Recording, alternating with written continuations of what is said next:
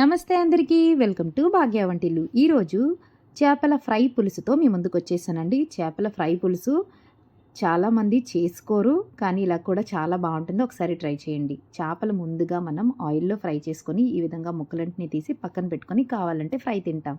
లేదు, ఇదే చేప ముక్కలతో నేనైతే పులుసు చేస్తానండి.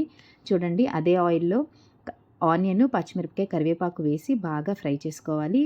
ఇది 50-60% కుక్ అయిన తర్వాత టొమాటో ప్యూరీ కూడా యాడ్ చేసుకొని మరొక 2 నుంచి 5 నిమిషాల వరకు మనం కలుపుకోవాలి. ఇదే స్టేజ్లో మనం రుచికి సరిపడినంత కారం, పసుపు, ఉప్పు కూడా వేసి బాగా కలుపుకొని ఒక 5 నిమిషాలు ఇది బాగా మగ్గనివ్వాలి. చూసారా, బాగా మగ్గి టొమాటో ప్యూరీ పచ్చివాసన పోయిన తర్వాత అల్లం వెల్లుల్లి పేస్ట్ కూడా వేసి బాగా కలుపుకొని మరొక 5 నిమిషాలు మనం మూత పెట్టి మగ్గించుకోవాలి.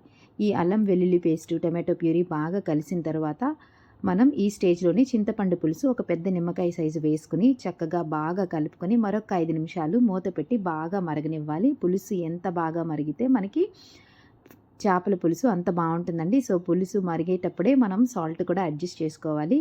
సో ఇక్కడ ఒక 5 నుంచి 7 నిమిషాలు మరిగిన తర్వాత నేను ఇక్కడ చేప ముక్కలు కూడా యాడ్ చేస్తున్నానండి. చేప ముక్కలు కూడా వేసుకుని ఇక్కడ మరొక 7 నిమిషాలు మనం ఉడికించుకోవాలండి. ఈ పులుసంతా ఆ చేప ముక్కల్లోకి పట్టి చాలా బాగుంటుంది.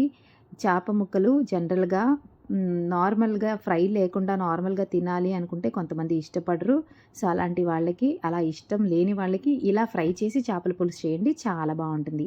మరి మీరు కూడా తప్పకుండా ట్రై చేస్తారు కదా. నా ఛానల్ ఎవరైనా ఫస్ట్ టైం చూసి ఇలా చేపల పులుసు ఫ్రైతో ట్రై చేస్తే మీకు ఎలా కుదిరిందో నాకు కామెంట్ పెట్టడం అస్సలు మర్చిపోకండి. చూసారా, నోరు ఊరిపోతుంది కదా.